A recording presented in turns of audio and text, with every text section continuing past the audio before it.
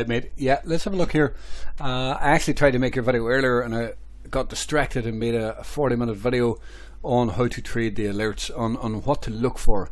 You know, the quality of these alerts are usually very, very good for at least some small profit, but the quality is usually very good.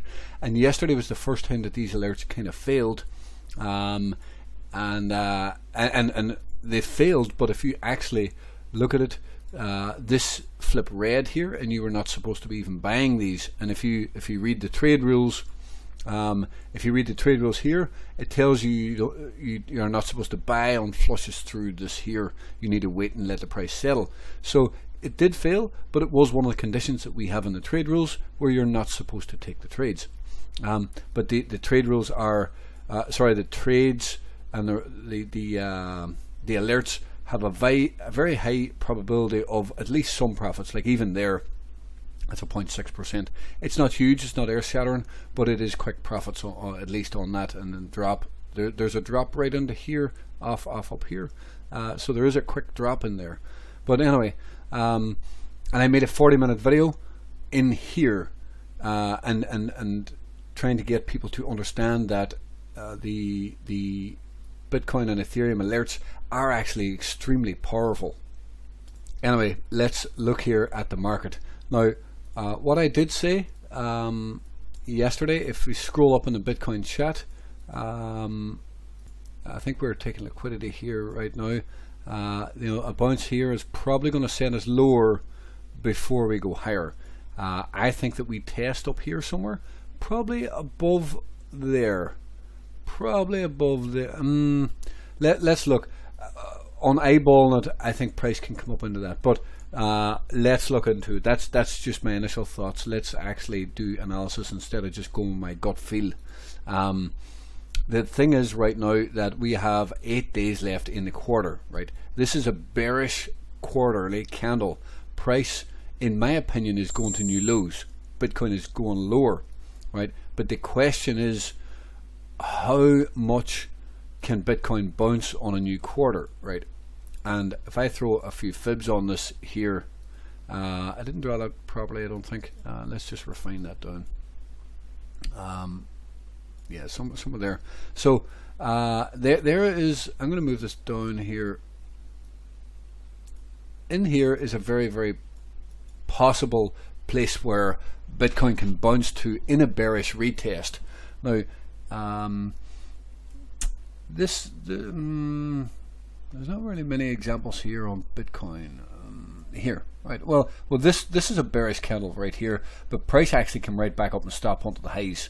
That is more than expected, you know. But the minimal expectation, if this market was super bearish right there off this candle, in and around here would have been a place you want to be getting short, right? And that's what I'm kind of trying to say here. If this is going to be super short, super bearish, because this is a bearish candle, this is a bearish stop hunt at all-time highs. This also had a bearish stop hunt at all-time highs.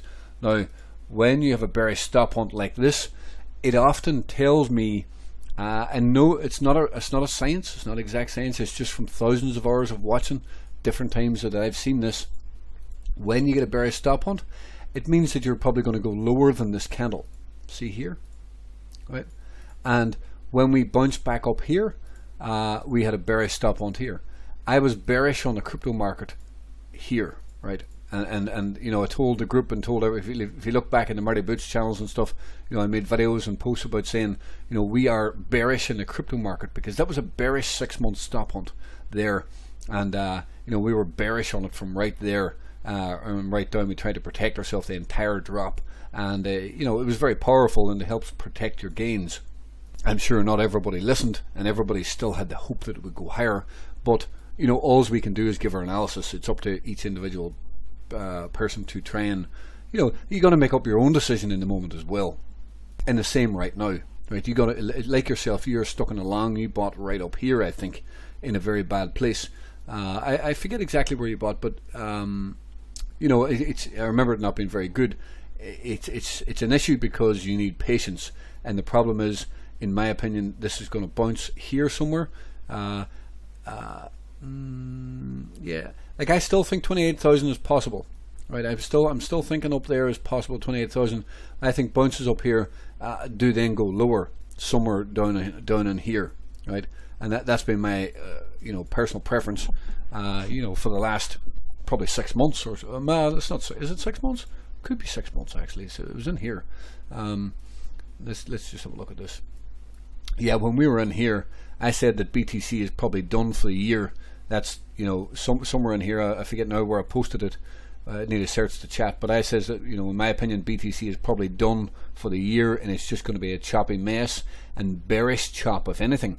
I suppose we've had bearish chop, but we did actually take out those highs here. We stopped under them highs, but you can still see Bitcoin has done nothing all year. So my analysis even back here was pretty spot on, and I still think that eventually this breaks down somewhere down here.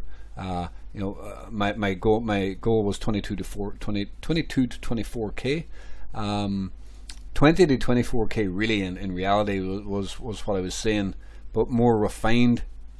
So that was my overall targets, but I did think 24k that we were coming back to, and 22k into this ballpark. That was where I actually thought, but you can always get overshoots of the mark, and you can go lower. But I did think for when we were up here, that's a target. That's a main target. When we get there, we need to assess things and see if anything has changed and see how everything has developed. This volume is declining. There is no breakout in volume at this point.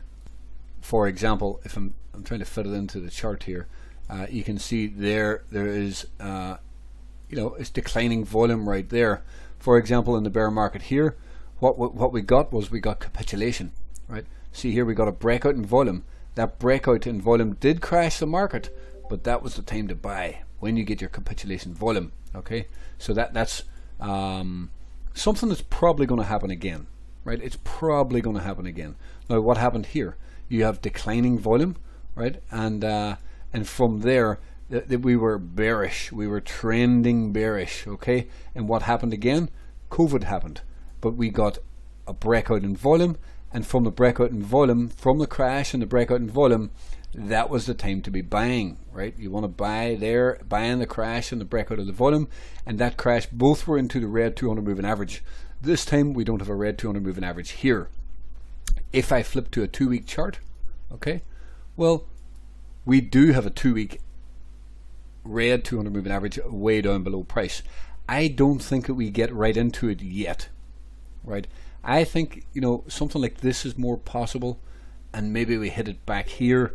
I'm not too sure, but if we do drop into this in the relative near future, I think it's an amazing buying opportunity. I think it's a fantastic buying opportunity for $200,000 BTC. So we can't rule this out, because there could be a bit of a financial crisis or a bit of a stock market crash or something at some point. There's a bit of a recession. I don't really see it as a recession. I see this different than most people. Don't get me wrong, times are extremely hard for people, but it's different because it's an inflationary recession. I see that different as the financial crisis in 2008, for example. But anyway, that's for a whole other video. I don't want to get into that right now. But anyway, still in the near term, right? Bitcoin is bullish, slightly bullish above this green line. We break this green line and Bitcoin's going to flush. We break this white line, sorry, and Bitcoin's going to flush hard. At this point, I still think that on a new 2-week candle, Bitcoin can go higher. Right? I still think Bitcoin can go higher. I think I think that there on a new 2-week, I think there's dips down into this sort of area here, right? And I'm going to make this. I want to make this red, because that's your line in the sand, right? But I think that, so if I go back to a daily chart, I'll go to a 3-day chart, because we have a bullish 3-day bearish stop on. So I think that a bounce here is going to sell off down into here, and I think then we go higher. I think this bounce sells off next week down into here. We create some sort of pattern, and then we go higher back up to test the highs of here, and potentially into this area. See this area here? There is a real possibility, let me delete this now, there's a real possibility in my opinion that we come back up to here, right? I'm not too sure if we can get that high yet. that's asking for a lot, right? It's asking for a lot. It's a lot more probable that we come up into this area. Sorry, I done that wrong. I think probably stop hunt there. It's a lot more probable we come up into this area, but there's a possibility that we can see this candle here, this red candle here. There's a possibility that this dip brings us up into here before going lower. I didn't mean to draw it that low, but you know what I mean. So yeah, I think small bounces over the weekend, and then next week we can drop a little bit before going higher again. Now, I just want to point out that a lot of people may not understand or realize these moving averages are converging. Okay, when these moving averages converge, often you can get a big move, right? Are we gonna, how do I want to, like, sometimes you can do this, right? Sometimes you can do that. I just don't think we're doing that yet. Let me look, because this is such a bearish candle, right? This is a bearish candle with a bearish stop on, so I don't think we're going to do that. But when moving averages converge like that, it can give a big move. So unfortunately, I think the market is setting up for a big move to the downside, right?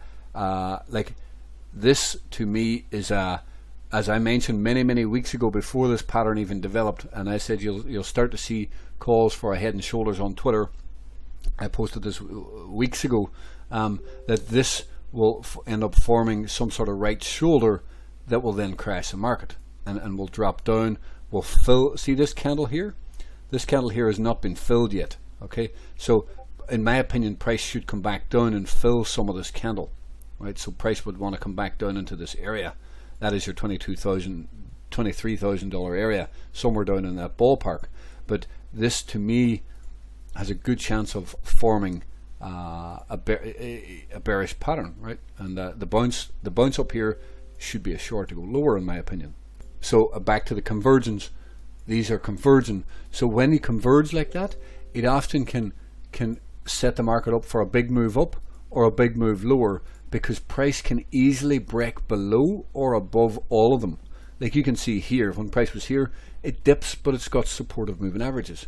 When it goes higher, it's into more moving averages. But we are getting to a point where price can break free of all the moving averages. Either, like see here, we broke free of all the moving averages to the downside here. We broke free of all moving averages to the upside here, and it allowed price to go higher. So we are getting close to a breakout here, which will be significant for the market. Like even here, you broke above all of the averages. What happened with price? It continued higher. You broke below all of them here. What happened? It went lower. So we need to watch, are we going to break up here or are we going to break down? At this point, I still think we go lower after a bounce.